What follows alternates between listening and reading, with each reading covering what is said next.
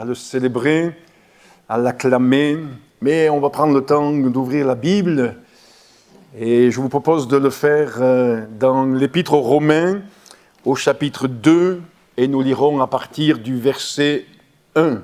Je répéterai la référence, mais je voudrais que, avant de lire le texte, nous puissions considérer ce que je veux partager avec vous et s'il y avait peut-être une phrase interrogative pour introduire ce message, c'est « Qu'en est-il de la patience de Dieu ?»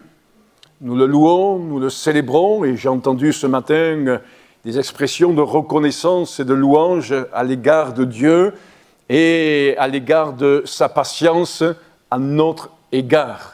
Nous prêchons souvent sur le fait que nous, les chrétiens, nous devons être, mais même les non-chrétiens devraient l'être aussi, patients. Mais qu'en est-il de la patience de Dieu ? Elle est précieuse, puisque la Bible en parle, et tout ce que la Bible dit est précieux. Mais nous reconnaissons qu'il y a peu de passages dans la Bible qui parlent directement de la patience de Dieu. Mais il y en a quand même suffisamment pour comprendre combien, comme je viens de le dire, elle est importante, elle est précieuse et bonne pour chacun d'entre nous. Il arrive parfois que nous entendions cette phrase que la patience de Dieu a des limites. Est-ce que c'est écrit comme cela dans la Bible ? Qu'est-ce que nous pouvons répondre à une telle affirmation ? Est-ce qu'elle est vraie ? Est-ce qu'elle n'est pas vraie ? Est-ce qu'elle doit être nuancée, cette affirmation ? Qu'en est-il vraiment ? Alors je voudrais ce matin partager avec vous quelques textes qui ne peuvent que, je l'espère, nous éclairer et nous conduire à la fin du message, parce que c'est quand même là le but de remercier Dieu parce qu'il est patient. Et le but de la prédication, c'est pas simplement de nous éclairer, c'est pas simplement d'avoir une connaissance, mais de pouvoir aussi remercier Dieu de nous révéler tous les traits de son caractère et de sa nature. Romains, chapitre 2, verset 1. « Ô homme, qui que tu sois, toi qui juges, tu es donc inexcusable. Car en jugeant les autres, tu te condamnes toi-même, puisque toi qui juges, tu fais les mêmes choses. Nous savons en effet que le jugement de Dieu contre ceux qui commettent de telles choses est selon la vérité. Et penses-tu, ô homme, qui juge ceux qui commettent de telles choses et qui les fait, que tu échapperas au jugement de Dieu ? Ou méprises-tu les richesses de sa bonté, de sa patience et de sa longanimité, ne reconnaissant pas que la bonté de Dieu te pousse à la repentance ? Mais par ton endurcissement et par ton cœur impénitent, tu t'amasses un trésor de colère pour le jour de la colère et de la manifestation du juste jugement de Dieu, qui rendra à chacun selon ses œuvres. Il réserve la vie éternelle à ceux qui, par la persévérance à bien faire, cherchent l'honneur, la gloire et l'immortalité. Mais l'irritation et la colère à ceux qui, par esprit de dispute, sont rebelles à la vérité et obéissent à l'injustice.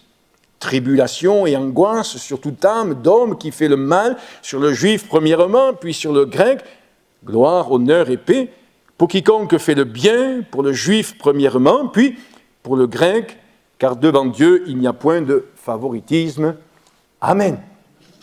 Un texte particulier parce qu'on part dans un sens, puis à l'opposé, on parle de la bonté de Dieu, puis de la colère, on parle de la patience de Dieu, et puis on parle d'une irritation. Et donc on pourrait s'y perdre un petit peu en lisant ce texte, mais ce texte résume bien, est un bon condensé de ce que la Bible nous révèle quant à la patience de Dieu. Et je veux compter sur le secours de l'Esprit de Dieu pour pouvoir au mieux développer cela. Mais permettez-moi quand même, après avoir fait la lecture, de dire que ce texte se trouve après le chapitre 1. C'est logique, le chapitre 2 se trouve après le chapitre 1. Mais il est bon de pouvoir avoir en mémoire les uns et les autres ce qui nous est révélé, ce qui nous est dit dans le chapitre 1.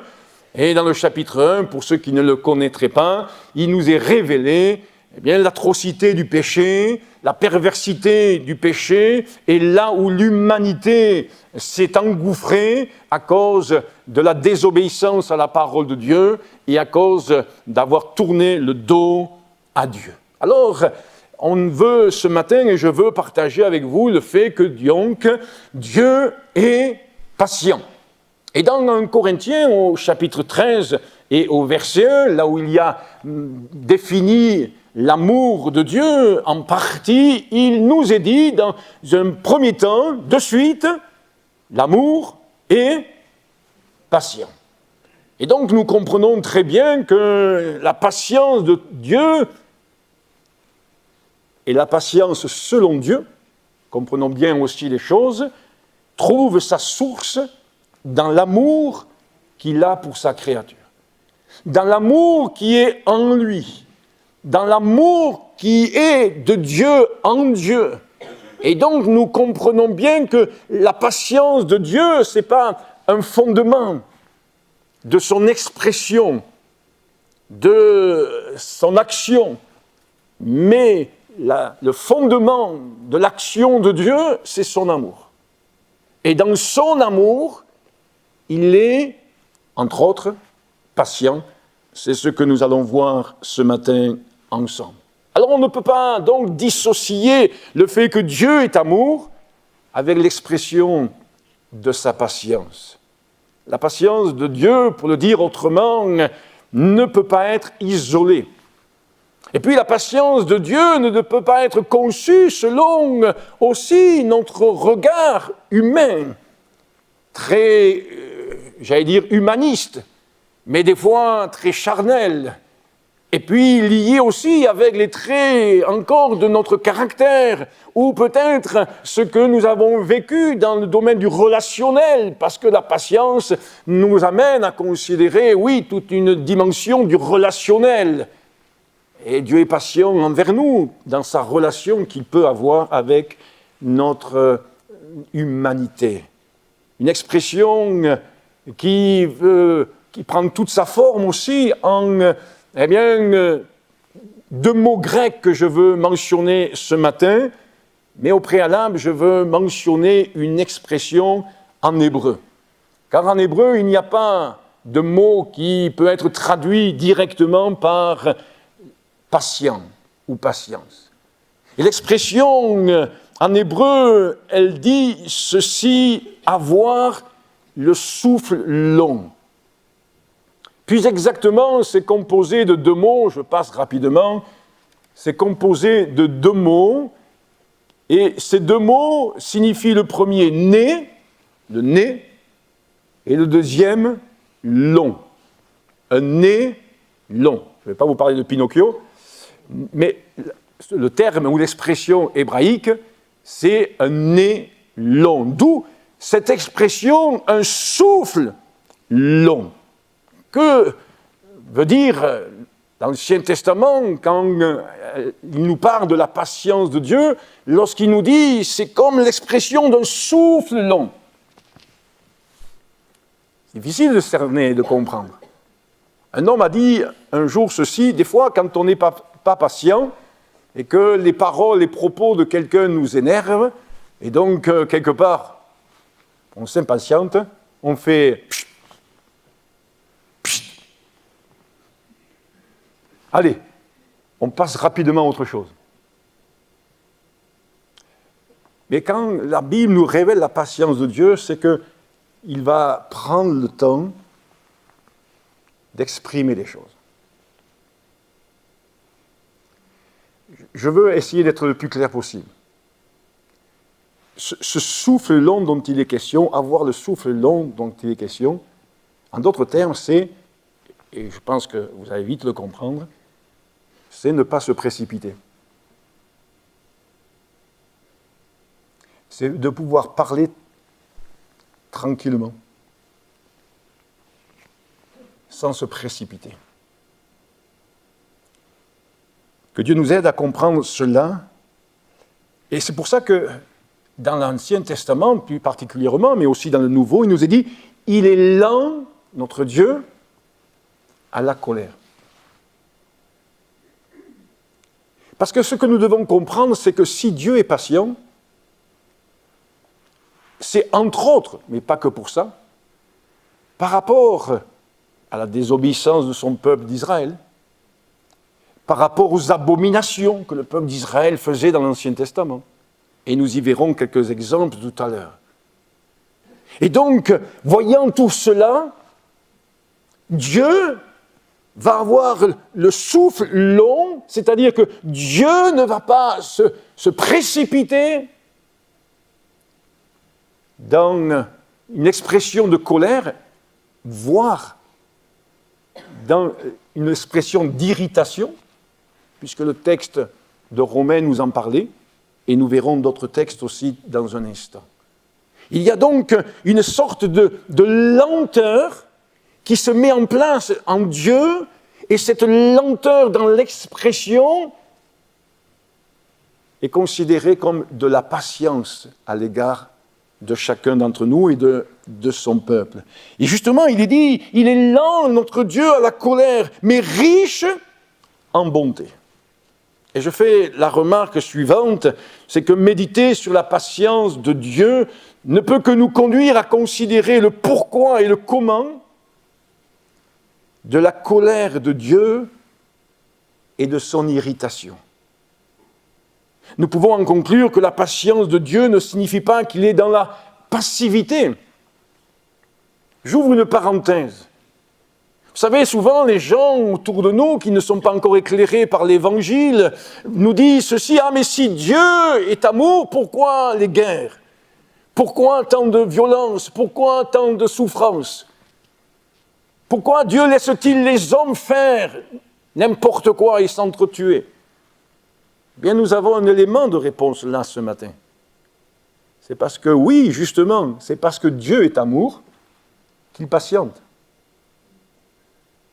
Mais il ne patiente pas en disant, bon, avec le temps, ça va s'arranger. Non, le temps n'arrange jamais rien des choses.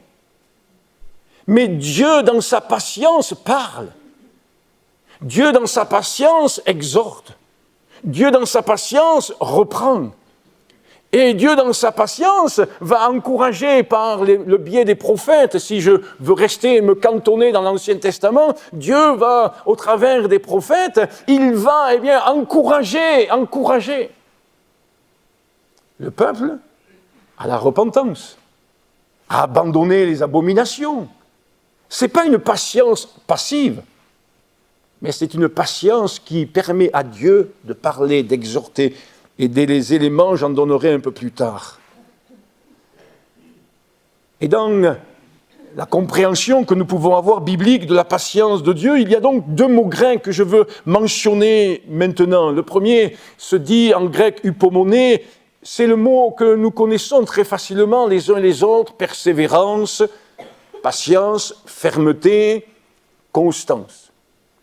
Et puis il y en a un autre, c'est makrothumia, qui vient de deux mots. Deux mots. D'abord, makro, qui signifie loin, et deuxième, thumos, qui signifie colère, férocité. En d'autres termes, on comprend que ce makrothumia, qui est traduit par patience dans le Nouveau Testament, signifie le fait que, oui, Dieu, dans son amour, cherche à éloigner la colère. Quelle colère? La sienne. Et vous relirez Romains chapitre 2, que nous avons lu tout à l'heure comme texte de base de la prédication, et vous comprendrez que pourquoi dans ce texte de Romains 2, il est question de la patience, mais il est question aussi de la colère de Dieu, déjà mentionnée dans le chapitre 1. Et si Dieu est patient, c'est qu'il veut éloigner de lui, dans son amour, la réalisation de sa colère. Parce que la Bible nous dit que la colère de Dieu est une réalité. Parce que Dieu ne peut supporter le péché, Dieu ne peut supporter le mal. Et face au péché et au mal, il y a donc cette expression de la colère de Dieu. Mais la colère de Dieu s'exprime aussi dans une dimension d'amour de Dieu et de justice de Dieu, car il ne peut tolérer le mal et le péché. Alors oui, Dieu est patient. Je vous prends un exemple. Lorsque Adam et Ève ont péché, il les a fait sortir du jardin d'Éden, il a mis des anges pour protéger l'entrée, et puis il a fait en sorte de leur offrir des vêtements pour se vêtir. Par un sacrifice d'animal, les vêtements ont été fournis à Adam et Ève. Parce qu'ils ont péché à ce moment-là, ils auraient pu mourir. Car le salaire du péché, c'est la mort. Ils sont morts spirituellement, mais ils ne sont pas morts physiquement. Et Dieu a éloigné là, à ce moment-là, l'expression de sa colère en manifestant à l'égard d'Adam et Ève de la bonté par ce sacrifice d'animal. Alors je veux passer parce que, il n'y a pas que cela à voir ce matin, et si vous avez des questions, n'hésitez pas à venir m'interroger si je manque de clarté. Il y a dans le texte que nous avons lu et dans certaines traductions anciennes, il y a cette association souvent entre la patience, alors je regarde bien mes notes parce que je me trompe souvent dans la prononciation de ce mot, la longanimité. Mais combien on voit que dans l'original, c'est-à-dire ce mot signifie la lenteur à venger les fautes. C'est la définition de ce mot. La lenteur à exprimer une sanction. Et on comprend très bien qu'il nous est dit, oui, il est lent à la colère. L'expression de sa patience. Alors que dire de cette patience ? Eh bien, dire d'abord qu'elle est salutaire et source d'édification, de croissance et de progrès spirituel pour chacun d'entre nous. Dans 2 Pierre, au chapitre 3 et au verset 9, ça aurait pu être le texte de référence, il est fait mention de cela, et parfois on le cite, ce texte de Pierre, chapitre 3, verset 9 et verset 15, on le cite souvent dans une prédication où on annonce l'évangile, le beau message de Jésus-Christ, et on dit ceci, mais aussi, ça s'adresse à tout être humain, ça s'adresse à tout chrétien. Il est dit ceci, 2 Pierre, chapitre 3, verset 9, « Le Seigneur ne tarde pas dans l'accomplissement de la promesse, mais il use de patience envers vous, ne voulant pas qu'aucun périsse, mais voulant que tous arrivent à la repentance. » Peut-être qu'en citant maintenant, à ce moment-là, ce verset, 2 Pierre 3, verset 9, eh bien, nous comprenons bien que oui, il y a dans la patience de Dieu une certaine expression de sa lenteur pour nous permettre de parvenir à un changement, une transformation, une repentance, à une sanctification, parce que ça ne concerne pas que la repentance. Et au verset 15 de ce même chapitre, il est dit ceci, et Pierre se répète, mais combien c'est précieux, « Croyez que la patience de notre Seigneur est votre salut. » Et pas simplement le salut dans le sens de la repentance, de la conversion, de la métanoïa, c'est-à-dire de la métamorphose, du changement que Dieu peut opérer, mais aussi de cette bénédiction qui découle de ce salut qui est si grand et qui est si épanouissant et bon envers chacun de ceux qui veulent bien croire. Oui, le Seigneur use de patience, ou prend patience selon certaines traductions. parce qu'il veut nous amener à cette vie pleine et entière. Dans Pierre, au chapitre 3 et au verset 20, Pierre lui-même fait allusion à Noé. Je pense que chacun d'entre nous, même ceux qui n'ont pas lu la Bible depuis longtemps, ou la découvrent depuis peu, connaissent plus ou moins l'histoire de Noé.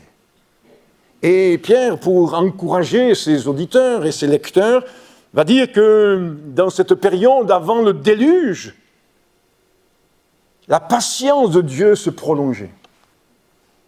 Et quand je lisais à nouveau ce verset, la patience de Dieu se prolongeait, j'ai pensé à ce nez long,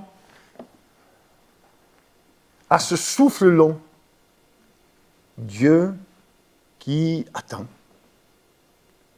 C'est ça la patience de Dieu. Allez, peut-être encore un jour et il va se repentir.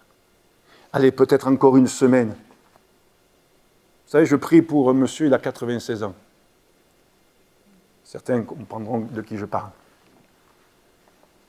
Quand je prie souvent, quand j'intercède avec mon épouse pour lui, souvent, nous en venons à dire, Seigneur, allez, Seigneur, sois encore patient.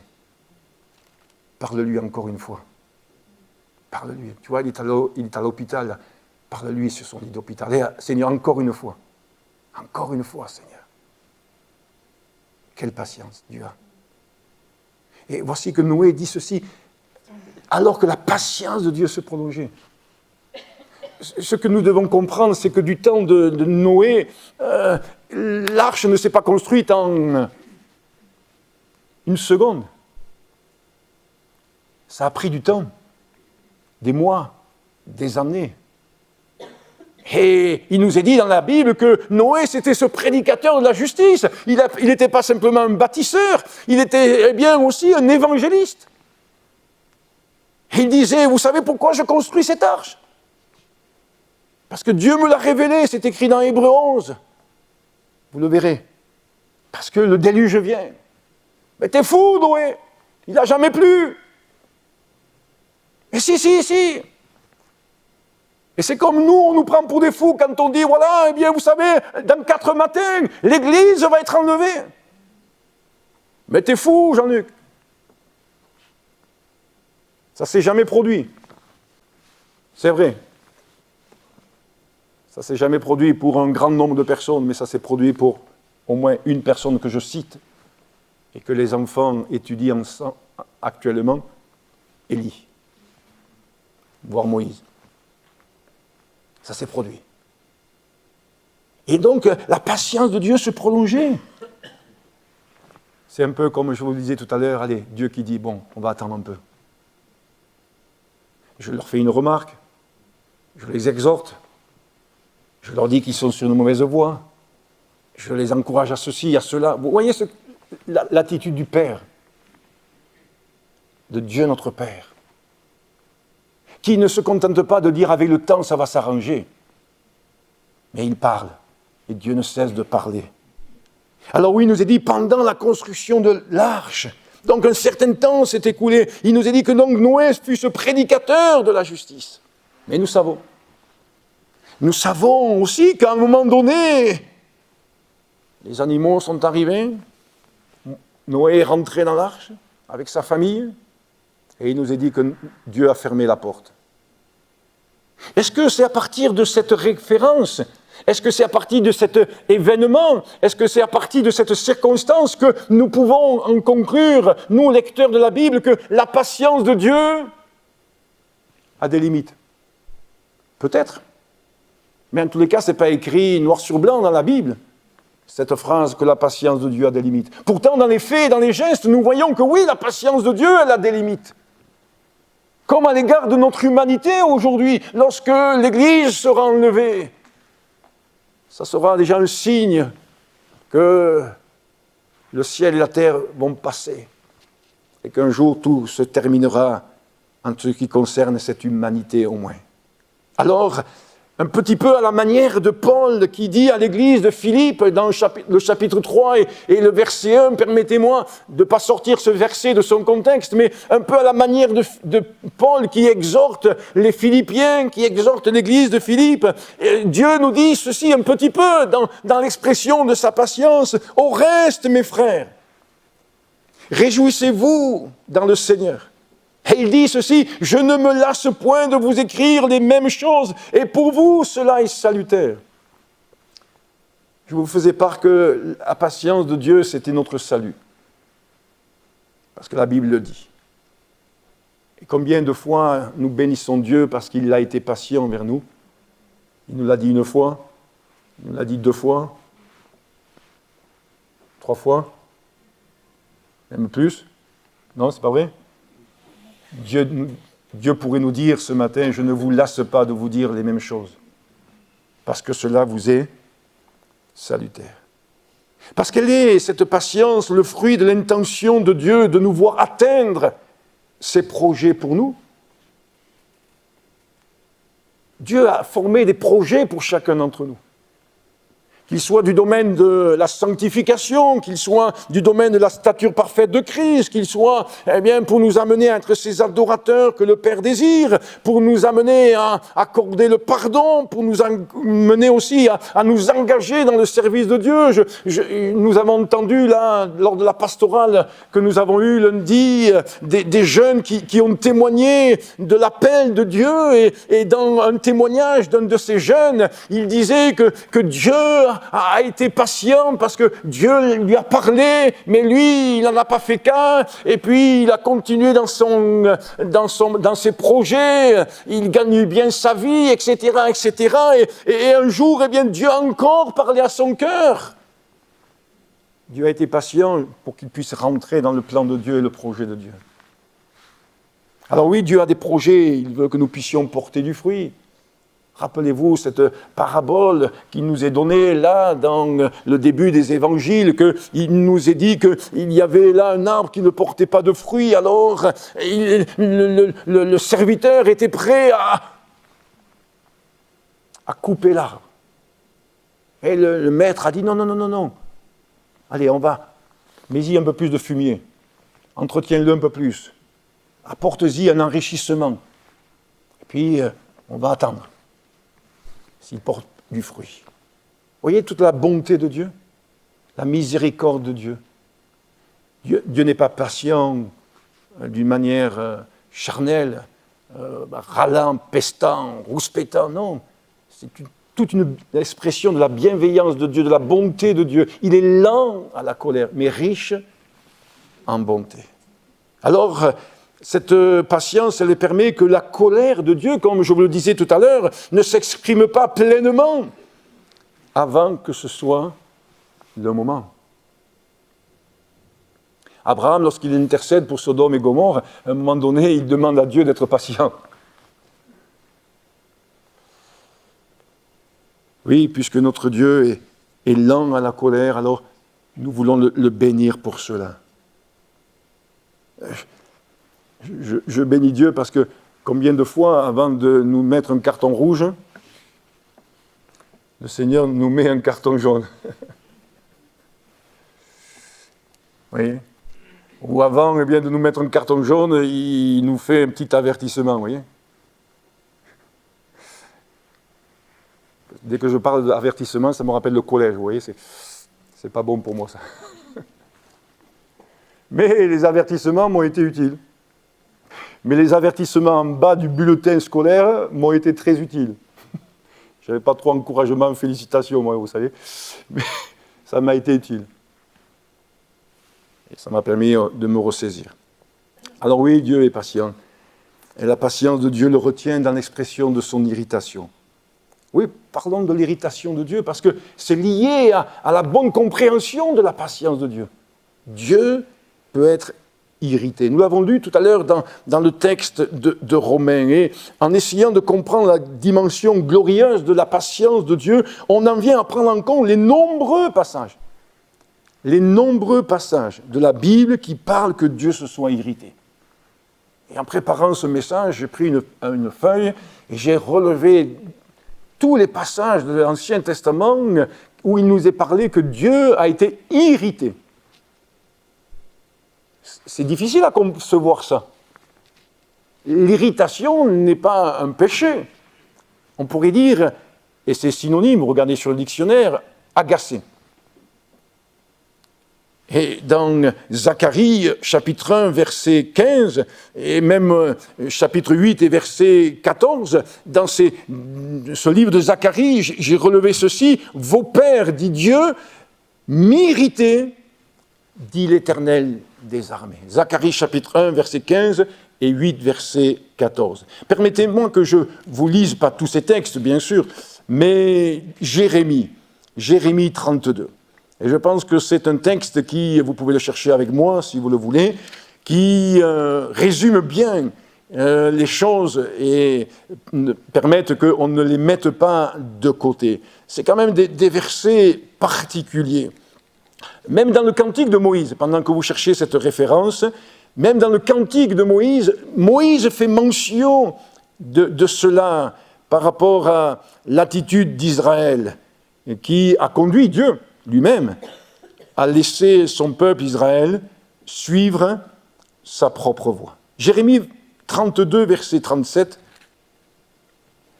« Voici, je les rassemblerai de tous les pays. » Alors j'ai pris un texte qui est positif, parce que vous le comprendrez. « Voici, je les rassemblerai de tous les pays où je les ai chassés. » Et il dit, « Dans ma colère, dans ma fureur et dans ma grande irritation, je les ramènerai dans ce lieu, et je les y ferai habiter en sécurité. Ils seront mon peuple, et je serai leur Dieu. Je leur donnerai un même cœur et une même voix, afin qu'ils me craignent toujours, pour leur bonheur et celui de leurs enfants après eux. Je traiterai avec eux une alliance éternelle. Je ne me détournerai plus d'eux. Je leur ferai du bien, et je mettrai ma crainte dans leur cœur, afin qu'ils ne s'éloignent pas de moi. » Voilà la bonté de Dieu.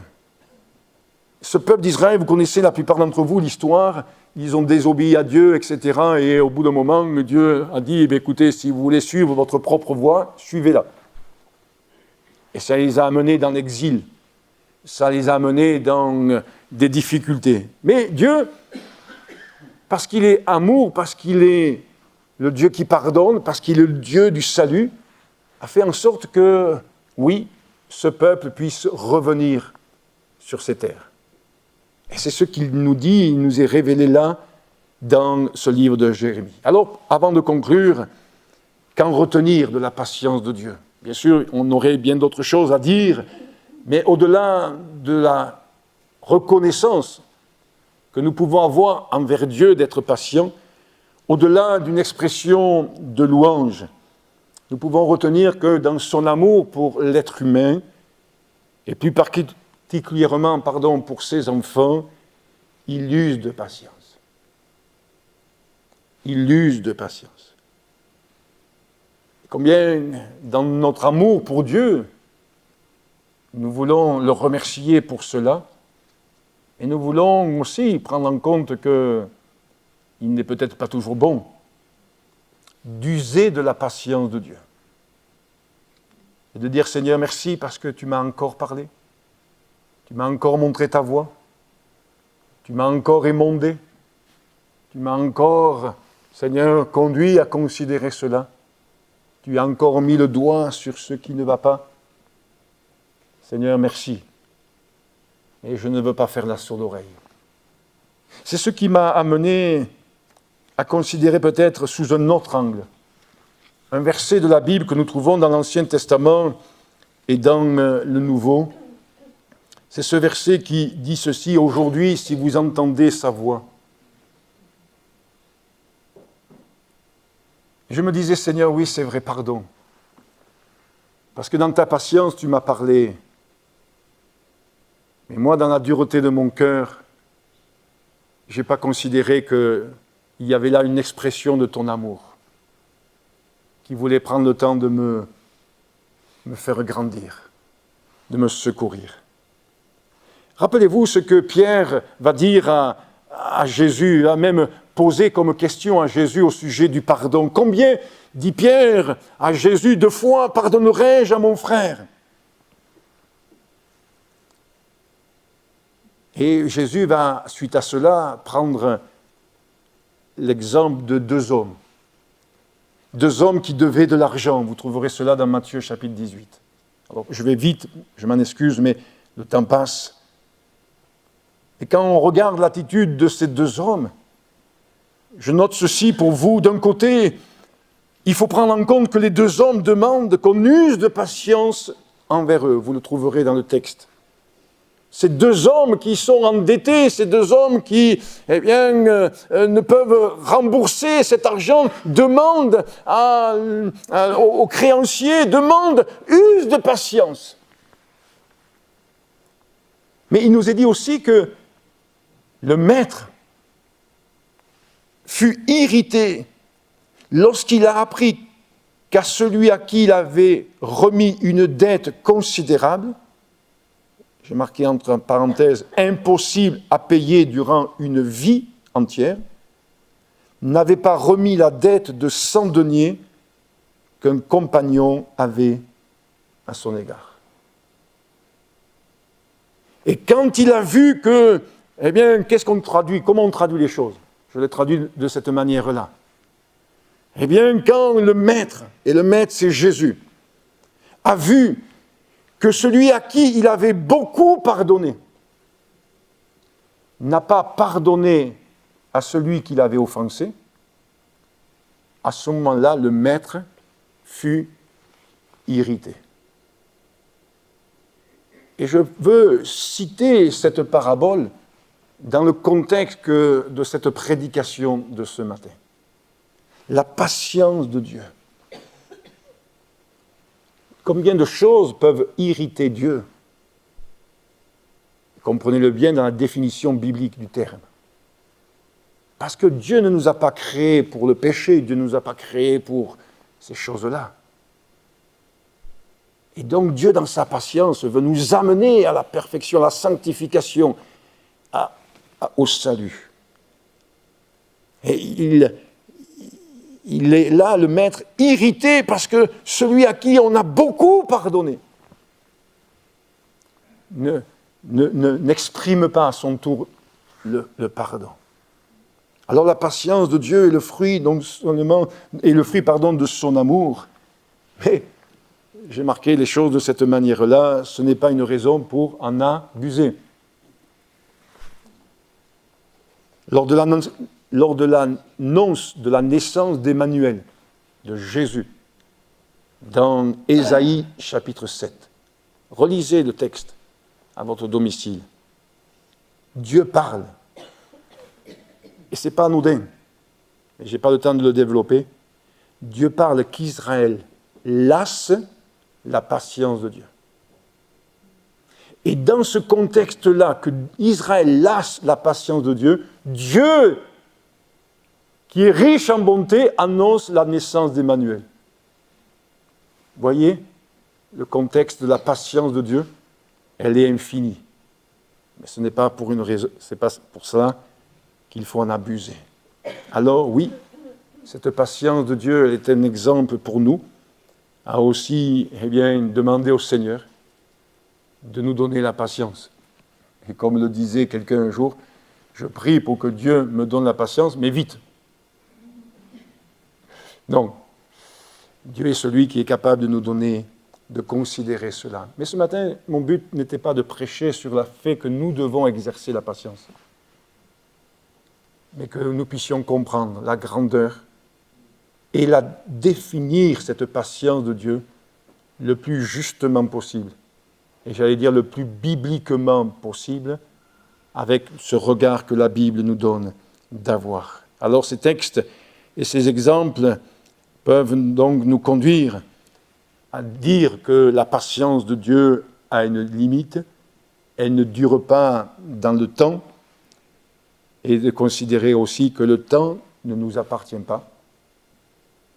C'est pourquoi aujourd'hui, si vous entendez sa voix, n'endurcissez pas votre cœur. Et ça, c'est bon pour chacun d'entre vous, pour moi le premier. Alors rendons gloire à Dieu pour sa patience en notre égard, mais veillons à ce qu'elle soit, cette patience, fructueuse, constructive et source d'édification pour éviter au Seigneur de répéter sans cesse les mêmes choses jusqu'à ce que sa patience arrive à son terme. Que Dieu nous bénisse. Prions le Seigneur, s'il vous plaît. Ce n'est pas une prière, Seigneur, que je veux adresser, si ce n'est de nous aider à comprendre au plus juste ta parole, mais c'est une reconnaissance, Seigneur, parce que tu es celui qui est vraiment patient. Patient à l'égard de notre humanité, patient à notre égard, patient à l'égard aussi de ton Église et de chacun de tes enfants. Merci de nous aider à comprendre cela, afin de pouvoir, oui, saisir que ta patience est utile et qu'elle nous est salutaire. À toi la gloire et l'honneur. Amen.